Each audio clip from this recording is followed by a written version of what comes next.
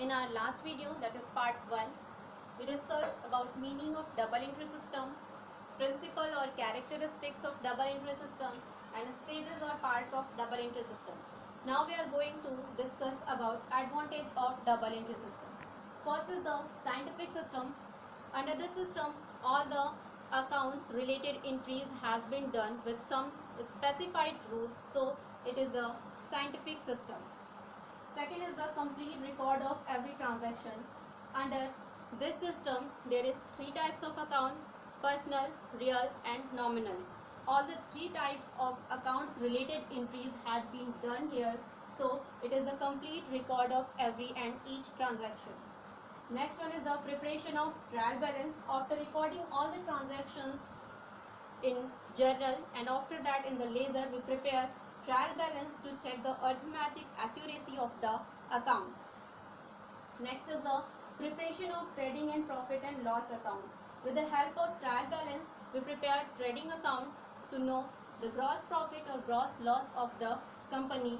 Then prepare profit and loss account to know the net profit or net loss of the company. After preparing profit and loss account, we prepare balance sheet to know the financial position of the business. Means knowledge of financial position, we get the knowledge of the financial position after preparing the balance sheet. Knowledge of various information, we can get the knowledge of various information means the information which are related to the sales, expenditures, stock and everything which are related to the account can be get easily from this system. Next is the lesser possibility of the fraud. As we know that all the transactions related entries having two accounts means these transactions recorded in two accounts, so manipulation in the accounts is not possible, but if any manipulation had been done, then it can be easily checked. Legal approval. Legal approval means it can also meet our legal requirement, means all the transactions had been done with the help of some specified rules, so it can easily represent at the front of the court or any case of dispute. These accounts can be represented and be accepted as a legal. Next is the comparative study. Comparative study means the comparison of the accounts to any other year. So if we want to compare in this, so we can do the comparison very easily because all the transactions had been done step by step and we know all the things related to the account. So comparison is very easy to current year from the previous year. We can do the comparison of the income or expenditure or anything from which we want to do. Next one is the suitable for all types of business. As we know that it is flexible, so it is very easy for every type of business. Means either the business is big or small, it can be done suitably in both type of the business. Next, after studying about advantage of double entry system, we also know the disadvantage of the double entry system. There is some type of error which cannot be detected in double entry system. First error is error of omission. The error which cannot be recorded or unrecorded transactions cannot be checked in double entry system. So the error which are the omitted errors cannot be checked. Next is the error of commission.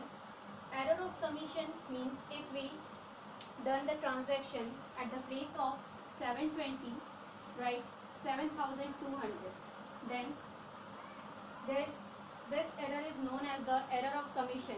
Means we want to write 7200 but we written there 720. So this type of error also cannot be detected in double entry system. Error of principle. If we done the error in principle, then that type of error also cannot be detected. Means if we purchase furniture, then right entry will be furniture account debit to cash account. But if we write at the place of furniture purchase account, then it cannot be detected in double entry system. Next is the compensating errors, means sometimes one error compensate another error, so those type of errors also cannot be detected in double entry system. Second one, a number of books are recorded in this system, means many books are recorded here, so it is very difficult to understood or to check. Next one is the third, in this double entry system we must be follow the debit and credit rules of accounting, so it is not easy to understand or to learn the debit and credit rules of accounting for everyone. So some person done the entries in very wrong way, means we want to do the purchase account debit and cash credit, but at place of cash account debit to purchase account. This is the wrong entry, and if we done this entry, means we do not know anything about debit or credit. So this is all about the advantage and disadvantage of double entry system. Now this chapter is completed. In our next video, we will discuss about the source document and vouchers.